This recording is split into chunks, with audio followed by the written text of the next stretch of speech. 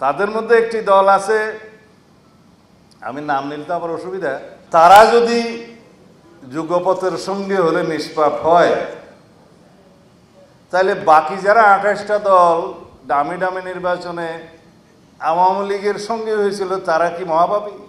উদ্দেশ্য কি সেটা তো আমরা জানি, আরো একটু কিছুদিন পরে বলবো। তো ভাই সব আপনারা কি নির্ধারণ করে দিয়েছেন বিএনপি বিরোধী দলে যাবে নাকি? আপনারা যখন এত বেশি কনফিডেন্ট হলেন, আত্মবিশ্বাসী হলেন যে সরকারি দল হবেন, তাহলে নির্বাচন না আসেন না কেন? আজকে এই বাহানা, কালকে এই বাহানা, পরশু এই বাহানা দিয়ে নির্বাচনকে বাধাগ্রস্ত করতে চাচ্ছেন কেন?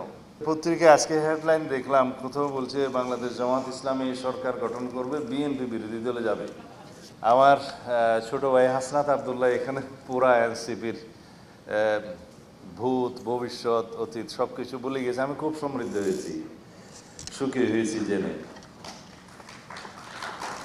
যাই হোক, আমি কোনো উত্তর দিতে চাচ্ছি না, কিছু পরামর্শ দিতে চাচ্ছি যে আমাদের যে গণতান্ত্রিক চর্চা সেটা এগিয়ে নিতে হবে। শুধু এই পরামর্শ দিতে চাই যে পৃথিবীতে একই সাথে কেউ সরকারি দল এবং বিরোধী দল থাকতে পারে না। একই দরজা হয় খুলতে হয়, না হলে বন্ধ করতে হয়। এখনো পর্যন্ত সেই টেকনিক কেউ আবিষ্কার করতে পারে নাই।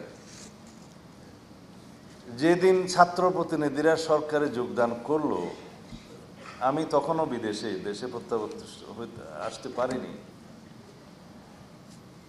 আজকে আপনাদের সাথে শেয়ার করি, সেদিন আমি বুঝে গেলাম এরা রাষ্ট্র বিনির্মাণে আর ভূমিকা তেমন বেশি রাখতে পারবে না। অনেকে বলবে আমাদের মাথায় তো অনেক বুদ্ধি। এটা বুদ্ধি নয়, এটা অভিজ্ঞতা। যে কোনো গণ অভ্যুত্থান পরবর্তী পরিস্থিতিতে যদি সরকারের দায়িত্ব নেওয়ার জন্য সেই সরকার অভ্যুত্থানকারীরা অংশগ্রহণ করে, পৃথিবীর সব দেশেই সেই অবস্থাটা এইরকম। অ্যান্টি ইনকামবেন্সি পৃথিবীর সব দেশে থাকে, আছে, বাংলাদেশে একটু বেশিই আছে। সরকার বিরোধী মনোভাবটা সবসময় জনগণের মধ্যে থাকে। যে কোনো ব্যর্থতার জন্য প্রথমেই সরকারের দিকে আঙুল তুলে, এই জন্য সরকার দায়ী।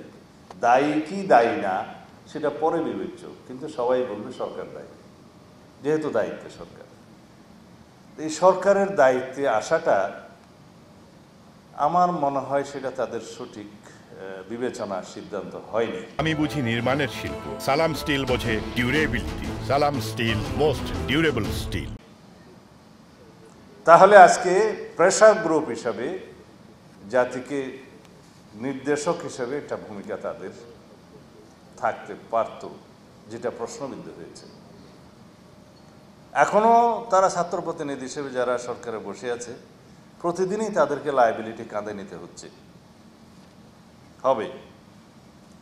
যাই হোক, ওদেরকে আমি সরে আসার জন্য আহ্বান নিজেরা জানালে তো হবে না, তাগিদটা নিজেদেরকে নিতে হবে।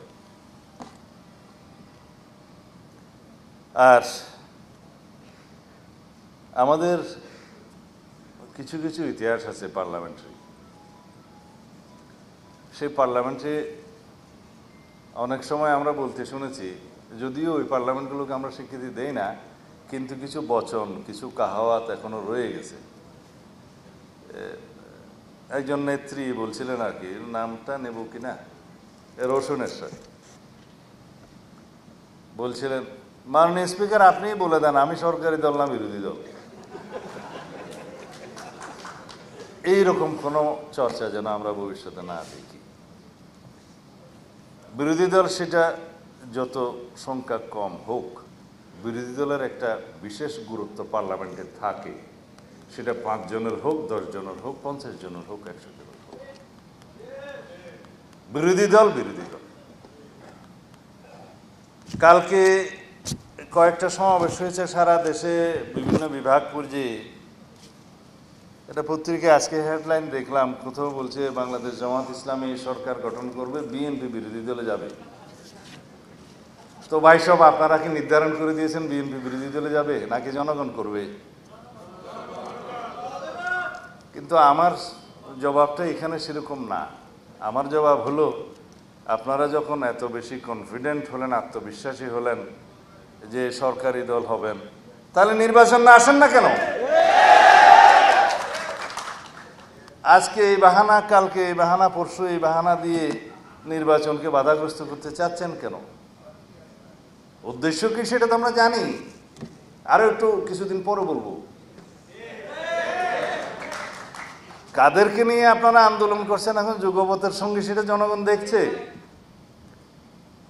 তাদের মধ্যে একটি দল আছে, আমি নাম নিলে তো আবার অসুবিধা, 2024 সালের 7 জানুয়ারি আমিডামি নির্বাচনে অংশগ্রহণ করেছিল। মার্কাটা বলতে পারি না? না, আচ্ছা, আপাতত এটা থাকলো, কারণ 7টা দলের মধ্যে আপনারা নাম খুঁজে নেবেন।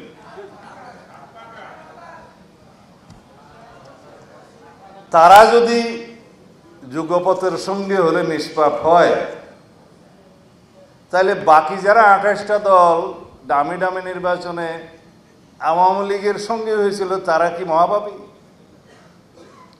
মানে আপনাদের সাথে সঙ্গী হলে যুগপথের, তাদের কোনো পাপ নাই, এই নীতি সঠিক নয়। আর আপনারা কি বাতাসের কথা বললেন, তো যারা 2024 সালের নির্বাচনে তারা অংশগ্রহণ করার সুযোগ হয় নাই, কিন্তু তার আগের সব নির্বাচনে যারা হাত পাকা দিয়ে বাতাস করেছে তারাও সঙ্গী। তাদের সম্পর্কে আমি বললাম বলে আমার উপর মহা আক্রমণ। কিন্তু সবাই এক এক রকমের দাবি নিয়ে আন্দোলনে যেতে পারেন, গণতান্ত্রিক অধিকার আছে।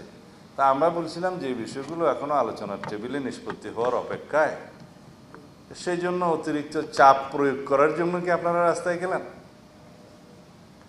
তো সেই চাপকে আবার বাতাসশূন্য করার জন্য আমাদেরকেও তো যেতে হবে রাস্তায় আন্দোলনে। সেটাকে আমরা এখন চাই, কারণ আমরা আলোচনার টেবিলে নিষ্পত্তি চাই। কারণ বাংলাদেশের গণতান্ত্রিক সংস্কৃতিতে অনেক পরিবর্তন হয়েছে। আমরা চর্চার মধ্য দিয়ে আছি রাজনৈতিক সংস্কৃতির, সেই চর্চা করতে করতে আমরা এইটাকেই ধারণ করব। আমরা ঐক্যবদ্ধ থাকবো জাতীয় ইস্যুতে, দেশের স্বার্থে ইস্যুতে, স্বাধীনতা, সার্বভৌমত্ব, গণতন্ত্রের ইস্যুতে, যে কোনো জাতীয় বিষয়ে আমরা ঐক্যবদ্ধ থাকব। কিন্তু গণতান্ত্রিক চর্চায় আমাদের মধ্যে বাহাস হবে, মতভিন্নতা হবে, বহুমত পোষণ করব, কিন্তু সেটার নিষ্পত্তি হবে আলোচনার টেবিলে। আলোচনার টেবিল এবং আন্দোলন দুইটা যদি একই ইস্যুতে হয়, তাহলে এটাও স্ববিরোধিতা। কেউ বলছেন পিআর চাই, ঠিক আছে, পিআর যদি চাইতে হয় সেটা তো ডিসাইড করবে জনগণ। আমরা কে কয়টা রাস্তায় মিছিল করলাম, বিভাগীয় পর্যায়ে কে কয়টা সভা করলাম, 1000 2-3 লোক নিয়ে মিছিল করলাম, তাতে কি পিআর প্রতিষ্ঠিত হয়ে গেল? আপনারা নির্বাচনী ইশতেহারে আপনাদের দাবিগুলো উল্লেখ করে নির্বাচনে আসুন। জনগণ যদি আপনাদের পক্ষে রায় দেয়, ইশতেহারের পক্ষে রায় দেয়, আপনারা সেটা বাস্তবায়ন করবেন।